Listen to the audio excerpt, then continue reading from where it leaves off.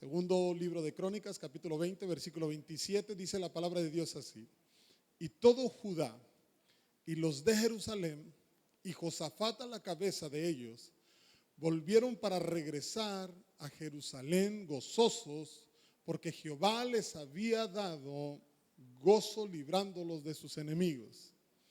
Y vinieron a Jerusalén con salterios, arpas y trompetas a la casa de Jehová. Y el pavor de Dios cayó sobre todos los reinos de aquella tierra cuando oyeron que Jehová había peleado contra los enemigos de Israel. Señor, te doy gracias en esta hora por la oportunidad que me das de estar acá, Señor Dios. Yo pido en esta hora que seas tú, tu Espíritu Santo, hablando y ministrando. Estamos listos para escuchar de tu palabra. Ponemos nuestros sentidos atentos, Dios, para recibir lo que tú quieres hablarnos hoy. Que tu Espíritu Santo sea ministrando nuestras vidas, trayendo esta palabra en nuestro corazón. Que la palabra sea sembrada en buena tierra y dé su fruto a su debido tiempo. Padre, en el nombre de Jesús te lo pido en esta hora, Señor. Amén. Amén. Aleluya. Reciban un saludo desde Tijuana, en la congregación donde estamos pastoreando. Es la iglesia Todo por Ti. Ya en el mes de marzo vamos a estar cumpliendo 10 años como iglesia. Y quería saludarle de parte de todos los hermanos. El día de hoy quisiera hablar acerca de cómo vencer los temores. La palabra de Dios nos dice en el capítulo que acabamos de leer, en los primeros versículos, versículo 1, 2 y 3, dice esto. Segundo de Crónicas 21 dice: pasadas estas cosas, aconteció que los hijos de Moab y de Amón, y con ellos otros de los amonitas, vinieron contra Josafat a la guerra. Y acudieron algunos y dieron aviso a Josafat diciendo: contra ti viene una gran multitud del otro lado del mar y de Siria, y he aquí, están en Esezón Tamar, y que es en Gadi. Entonces, dice la Biblia, él tuvo temor. Y Josafat humilló su rostro para consultar a Jehová e hizo pregonar ayuno a toda Judá. La palabra de Dios nos dice en el pasaje que estamos leyendo que se levantan diferentes reyes para venir a pelear contra Josafat. Y la primera reacción que dice la Biblia que tuvo Josafat cuando se enteró de que todas estas naciones venían a pelear contra él, dice la Biblia que él tuvo temor. Y a veces como que no nos gusta mucho hablar acerca de esto, de lo que es el temor. Pero si vamos a la palabra de Dios nos vamos a dar cuenta que hubo hombres de Dios que en algún momento de su vida experimentaron esta sensación de temor. Y es que el temor es ese sentimiento que está en nosotros, que es una emoción que se caracteriza como tal, hermano, porque percibe una situación de peligro. Y esto nos hace alejarnos, huir, retroceder. De manera que cuando como seres humanos nos sentimos que estamos en una situación de peligro, hay algo en nosotros que reacciona ante esta situación. Nos dice peligro. Y esto nos llama como una alerta para tratar de alejarnos de esta situación, de lo que está pasando. Entonces el temor en ocasiones viene a nuestra vida, hermano. Y yo preguntaría en esta tarde, ¿cuándo fue la última vez que tuvo alguna experiencia donde tuvo esta sensación de temor? Porque de algo puedo estar seguro, que todos como seres humanos en algún momento experimentamos esto. Algunos a lo mejor en la escuela cuando estaban chicos, que iban, que le tenían miedo al más grande del salón o al más peleonero. Y más cuando se les ponía enfrente. En Tijuana ahí le cantaba un tiro y dice, ay. En algún momento de nuestra vida todos, hermano, preguntar, ¿hay alguien aquí que nunca ha experimentado temor, hermano? Sería raro, en verdad. Si alguien levantara la mano, hermano, diría, pues ¿cómo le haces? Eres un superhéroe, tú no eres de este planeta, algo hay. Porque todos en algún momento de nuestra vida hemos tenido esta experiencia, hemos tenido esta sensación, hemos experimentado el temor. En algún momento en nuestras vidas, el temor llega a nuestras vidas, hermano, cuando consideramos que algo en nosotros o cerca de nosotros corre peligro. Ejemplo, cuando Jacob va a regresar con su familia, dice la palabra de Dios que su hermano se levantó con 400 hombres para venir a recibirle. Y cuando a Jacob le dijeron, viene tu hermano y viene con 400 hombres, dice la palabra de Dios que Jacob tuvo temor. Temor, ¿por qué? Porque Jacob sabía que su hermano había dado una palabra tiempo atrás y había dicho que iba a cobrar venganza de Jacob. Su hermano había dicho que cuando tuviera la oportunidad se iba a vengar por lo que Jacob le había dicho. Entonces ese momento llegó a la vida de Jacob. Él se recordó de las palabras de su hermano y sabía que su hermano venía con 400 hombres, no para hacerle fiesta, sino para cobrar venganza. Jacob tuvo miedo por su vida y por la de su familia, porque sabía que estaba en una situación de peligro. El temor llega a nuestra vida también, hermano, cuando nos encontramos en situaciones que están fuera de nuestro alcance. Es algo que nos supera. Cuando Gedeón va a ir a la batalla, Gedeón se va a enfrentar a un ejército de 132,000 hombres. Y él de llevar 32,000 hombres para la batalla, Dios le deja un ejército de solo 300 hombres. Vamos, 300 hombres contra 132,000 hombres. Es de locos. Uno diría, eso es un suicidio. Pero Dios lo está mandando a la guerra. Él está obedeciendo a la voz de Dios. Pero antes de él salir a pelear, Dios le dice a Gedeón: Gedeón, esto va a suceder con tus enemigos. Y le dice Dios: y si tú tienes temor de descender, baja ahora para que escuches y cobres ánimo. Y lo siguiente que dice la palabra de Dios es que Gedeón descendió. Y él escuchó a dos que estaban por ahí platicando. Si Gedeón descendió, hermano, es porque había temor en su corazón. ¿Por qué? Estaba en una situación que lo superaba. Estaba en una situación que estaba fuera de su alcance. Gedeón no tenía el control. 300 hombres contra 132,000. ¿Cómo le iba a hacer? La situación lo sobrepasaba. Era normal, en cierta forma, que en la vida de Gedeón llegara el temor. Entonces el temor en ocasiones llega a nuestra vida por diferentes formas, hermano. Puede ser por la noticia de una enfermedad. Lo veíamos ahorita con Edgar, compartía el pastor de cómo el temor ha llegado a su vida. A veces por la noticia de una enfermedad puede venir el temor. Bien, por los problemas igual en el matrimonio. Puede llegar el temor a nuestra vida por la familia que está alejada de Dios, por una situación complicada en el trabajo. No sabemos qué va a pasar. Puede llegar el temor a nosotros por alguna situación de demanda, algún pleito. Puede llegar el temor a nuestras vidas por alguna amenaza de alguna persona, alguien que se levanta y nos ha hecho una amenaza. Puede haber diferentes situaciones, hermano, algún nuevo proyecto igual, no sabemos qué va a pasar. Entonces es diferentes situaciones que pueden provocar en nosotros esta sensación del temor. Ahora, el punto no es el temor, sino lo que hacemos cuando el temor llega. Sobre eso quiero enfocarme en esta tarde, hermano, porque algunos reaccionan de forma incorrecta ante el temor. Y doy diferentes ejemplos. El primero, la primera vez que en la Biblia se menciona la palabra temor tiene que ver cuando Adán pecó. Adán escuchó la voz de Dios y nos dice la palabra de Dios que Adán se escondió porque tuvo miedo. Lo que hizo Adán ante esta sensación de temor fue esconderse. Hay gente que cuando el temor llega a su vida lo que busca es alejarse de todo, esconderse, tal vez meterse en su cuarto. La depresión llega a ellos, quieren encerrarse y no quieren salir, no quieren saber de nada porque se sienten en una situación que está en peligro, hermano, y el temor ha llegado a sus vidas y lo que quieren es correr, esconderse. Otro hombre en la palabra de Dios, Abraham. Abraham, dice la palabra de Dios, que mintió. Cuando Abraham descendió a Egipto, va con Sara, su esposa, y dice la Biblia que Sara era muy hermosa. Entonces Abraham dijo: Sara es hermosa, y los egipcios que no temen a Dios me van a querer matar a mí para quedarse con mi esposa. Entonces Abraham hace un acuerdo con Sara y dice: vas a decir que no eres mi esposa, vas a decir que eres mi hermana, para que no me maten por tu culpa. Y Abraham, cuando se sintió en esta situación de temor, mintió. Él mintió.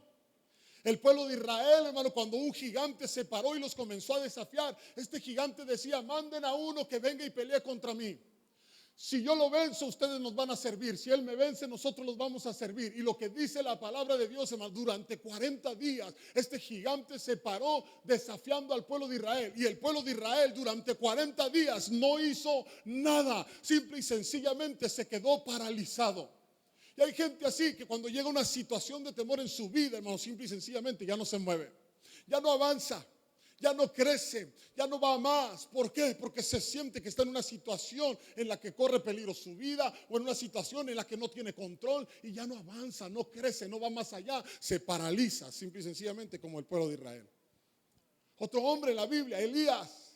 Elías acaba de experimentar una de sus más grandes victorias. Ha hecho descender fuego del cielo, pero cuando se sintió amenazado, porque la reina dijo: para mañana tú vas a estar como estos profetas que fueron asesinados. Elías se sintió amenazado y dice la Biblia que Elías huyó. Huyó por el temor. El padre de Josafat, Asa, cuando se sintió amenazado porque los ejércitos se levantaron en su contra, dice la Biblia que él buscó alianza con los asirios. ¿Y qué es esto, no? A veces cuando llega una situación de temor en nuestra vida, buscamos otras alternativas o soluciones en lugar de correr a Dios. ¿Qué hacer cuando el temor toca la puerta de nuestro corazón? ¿Qué hacer cuando estamos en una situación en la que consideramos que nosotros estamos en peligro, o nuestra familia está en peligro, o estamos en una situación en la que simple y sencillamente no tenemos control? ¿Qué hacer? ¿Qué hizo Josafat? La palabra de Dios nos dice, Segundo de Crónicas 23.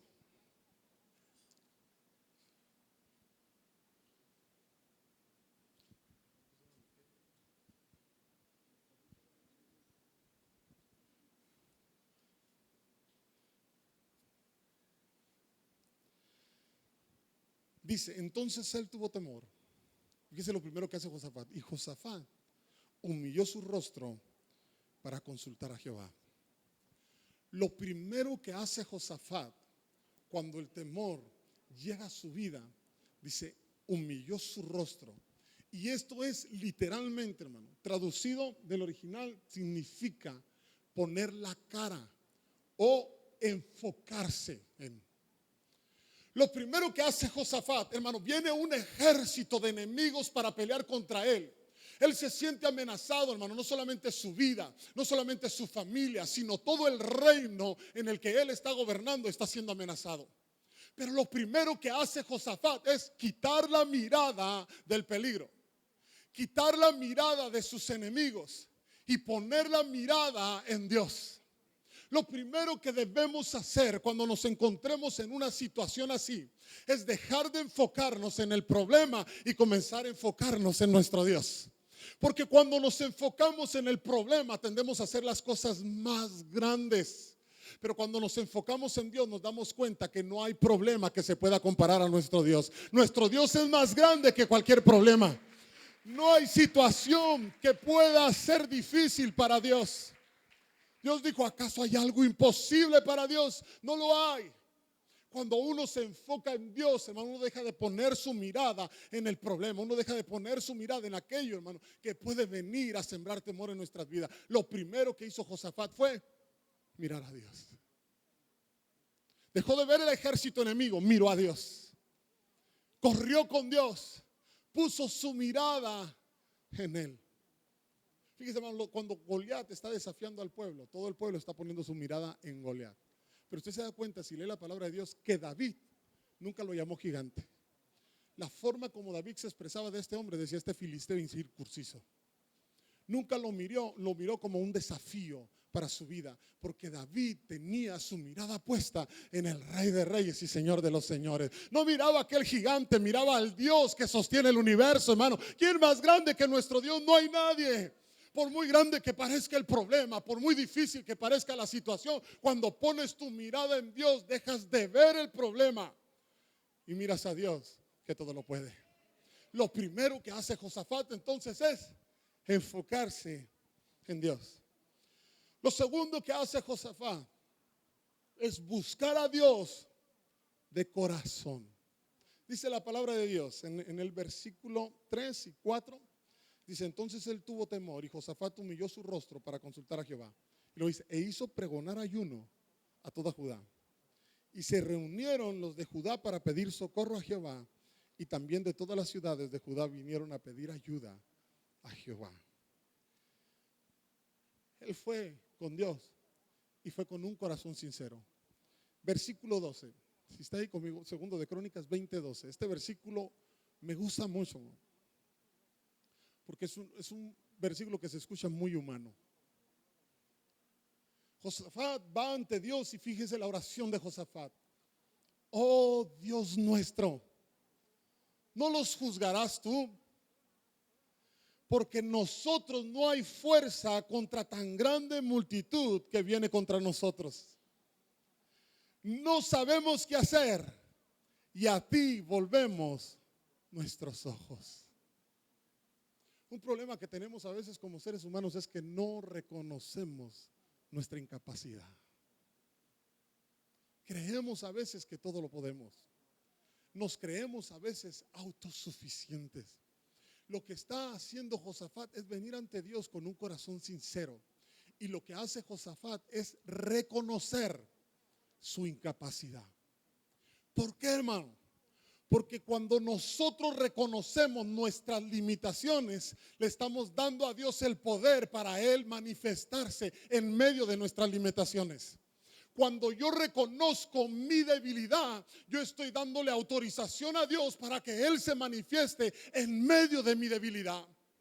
Josafat está haciendo una oración muy sincera ante Dios. Él no fue ante Dios y dijo: mira, Señor, cuántos ejércitos tenemos, mira cuántos soldados están y están capacitados, solo ocupamos que nos des una ayudadita. No, Josafat va ante Dios reconociendo que él y su pueblo no sabían qué hacer ante esta situación. Cuando nos encontramos en situaciones difíciles, lo que Dios espera de nosotros es un corazón sincero. Un corazón que reconozca sus limitaciones. Llegar con Dios y decir: Señor, no sé qué hacer. Cuando la enfermedad llega a la puerta de tu vida, tú puedes venir con Dios y decir: Señor, no sé qué hacer. No sé cómo enfrentar esta situación. Hay momentos en que como pastor igual, hay situaciones a veces en las congregaciones que no queda más que correr con Dios y decir: Señor, ¿qué hago? Yo no sé qué hacer. Esto está fuera de mis manos. Yo no tengo la capacidad para enfrentar esta situación, pero tú sí lo sabes, Señor. Vengo ante ti porque no sé qué hacer. Reconozco mis limitaciones. Esto va más allá de mí, Señor. No sé qué hacer. Josafat va ante Dios con un corazón sincero. Y cuando Josafat comienza a buscar a Dios con un corazón sincero, hermano, lo siguiente que vemos en la palabra de Dios es que Dios le da una palabra. Y esto es una realidad. Cuando tú vienes ante Dios con un corazón sincero, dejando de lado el formalismo, dejando de lado el reconocimiento, los egos o lo demás, y tú vas ante Dios y dices: Señor, no sé qué hacer. Dios viene y te da una palabra. Y Dios le da una palabra a Josafat. Y Dios le dice en versículo 14 y 15: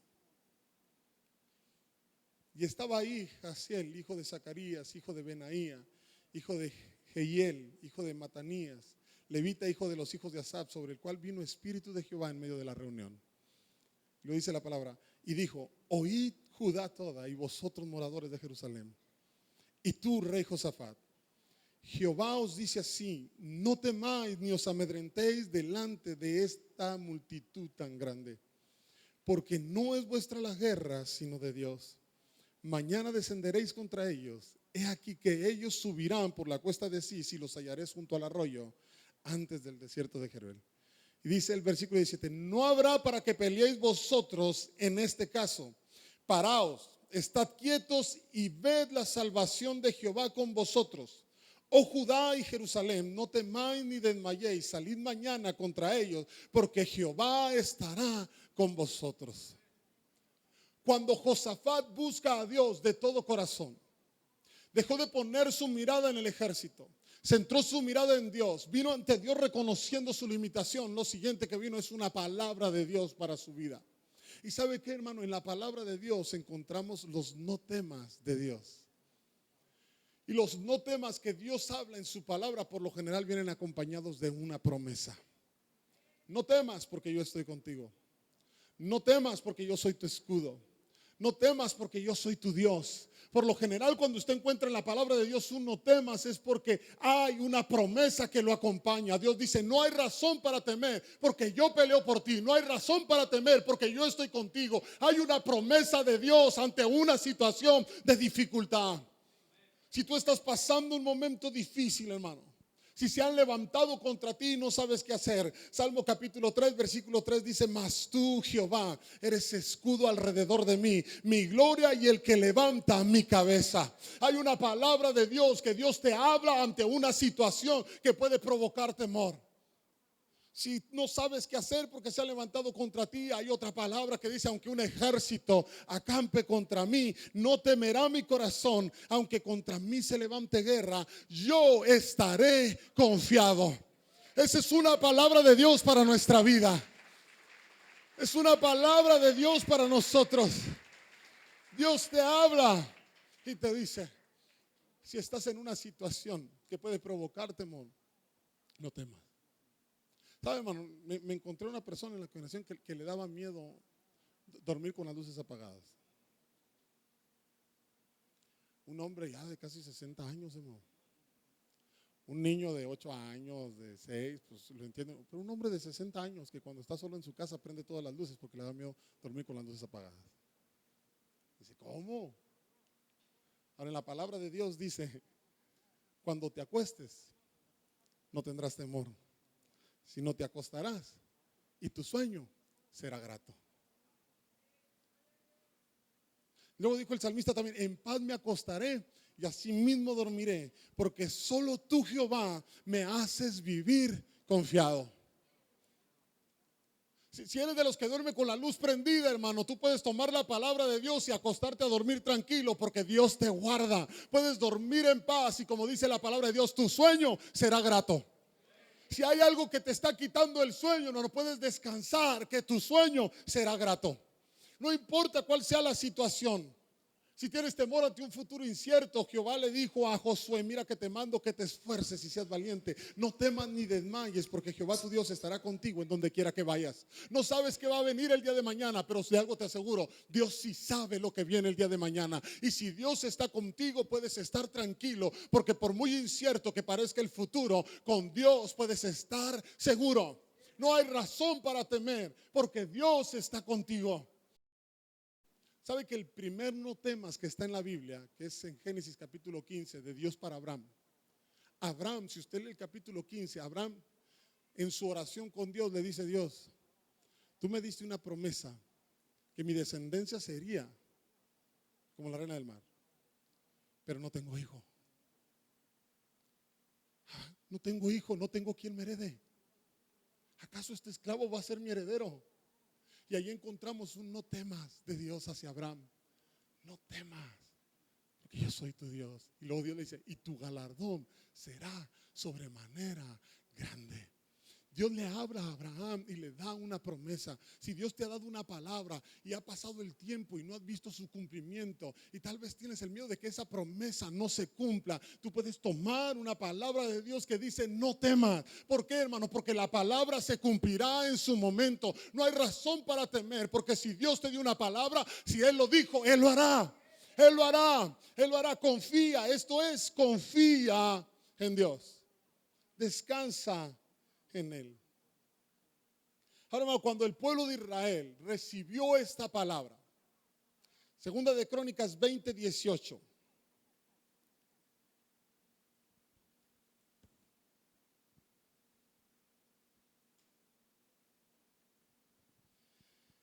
dice, entonces Josafat se inclinó rostro a tierra y asimismo todo Judá y los moradores de Jerusalén se postraron delante de Jehová y adoraron a Jehová.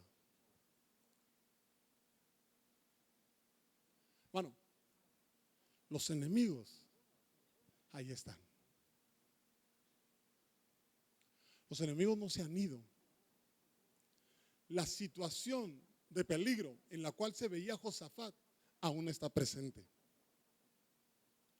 Pero ¿en qué momento comenzaron a adorar? ¿En qué momento comenzaron a levantar una adoración a Dios? La mayoría de nosotros esperamos ver un cambio en nuestras circunstancias para comenzar a adorar a Dios.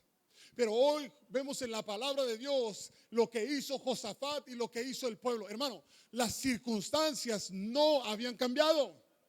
Sus enemigos aún estaban ahí. Josafat aún se encontraba en una situación de peligro, él y toda la nación de Israel. Pero ¿sabe qué estaba haciendo la diferencia? Que ahora Josafat tenía una palabra de Dios. Dios le había dado una palabra. Y en el momento en el que Josafat la creyó, en ese momento comenzó a adorar. No en el momento en que sus circunstancias cambiaron, sino en el momento en el que Dios habló y él creyó. No tienes que esperar a que tus circunstancias cambien para levantar una adoración a Dios. En el momento en el que Dios te dio una palabra, es el tiempo de comenzar a adorarlo. Es el tiempo de levantar adoración al Rey. Aunque tu circunstancia no haya cambiado todavía, hay que adorarlo, porque si Dios lo dijo, en lo espiritual ya sucedió. Es el momento de adorar a Dios. ¿Cuándo? Cuando Dios te da una palabra. En el momento en el que Dios te habló. Aunque todo parezca igual, aunque nada haya cambiado, pero si Dios ya te dio una palabra, créela.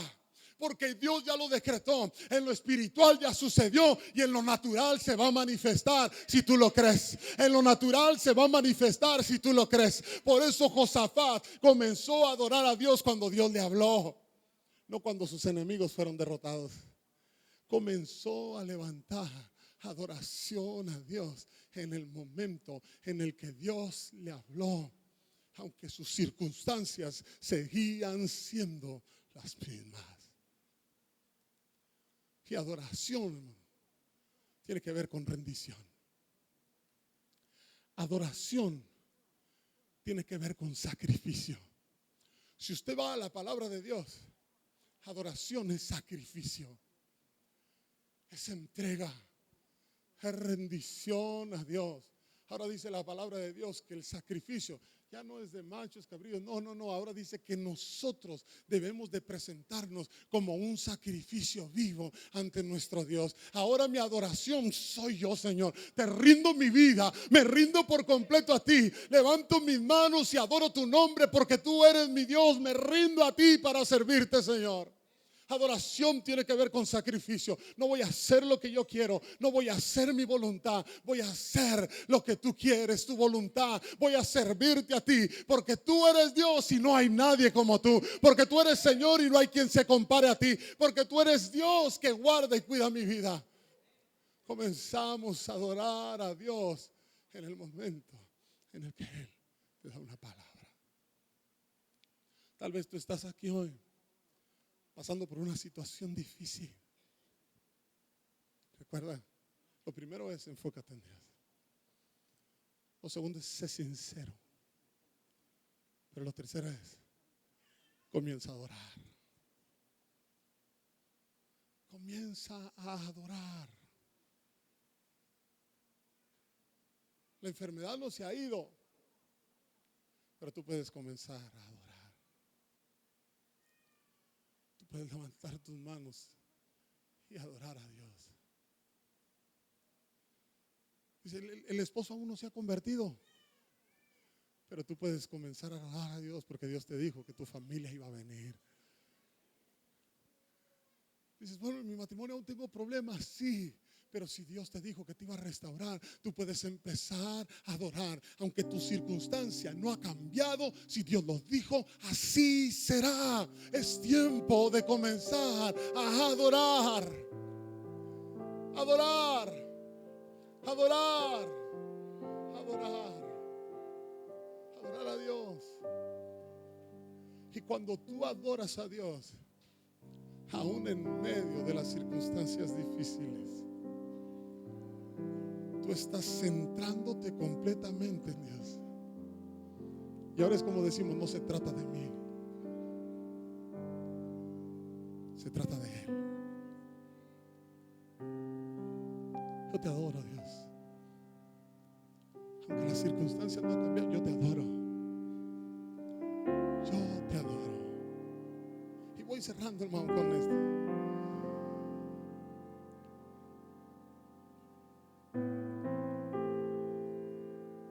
ellos tuvieron la victoria cuando comenzaron a adorar.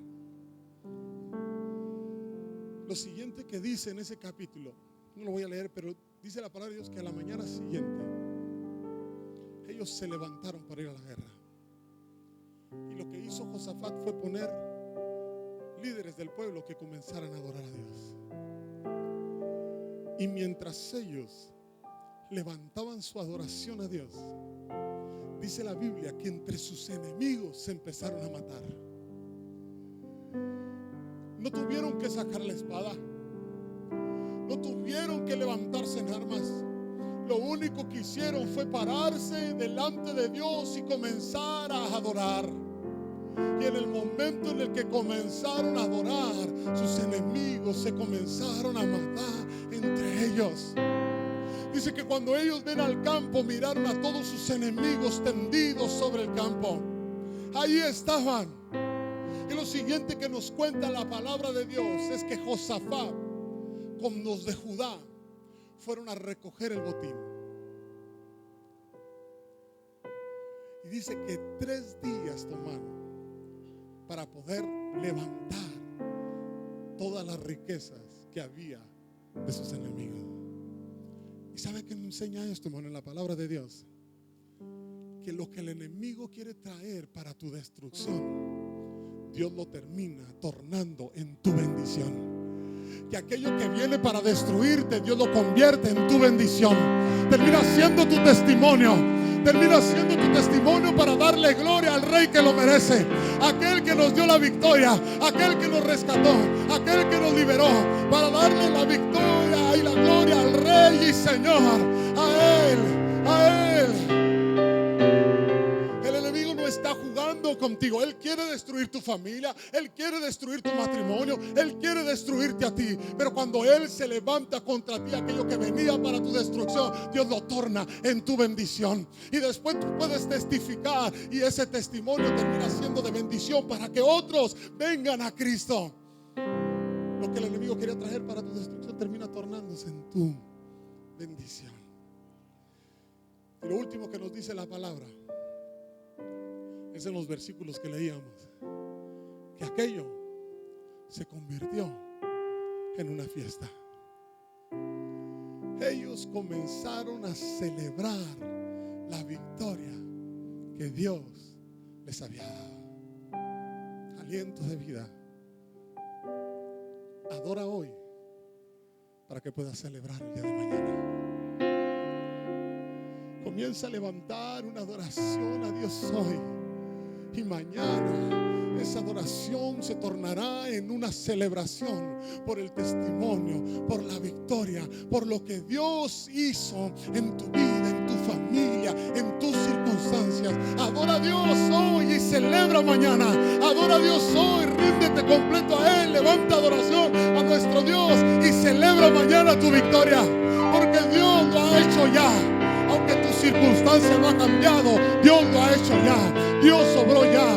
Él lo dijo y ya sucedió en el tiempo de Dios.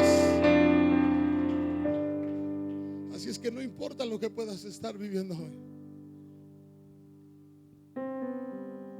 Si hay alguna situación que pueda provocar temor, enfócate en Dios. Sé sincero con Él y comienza a adorar.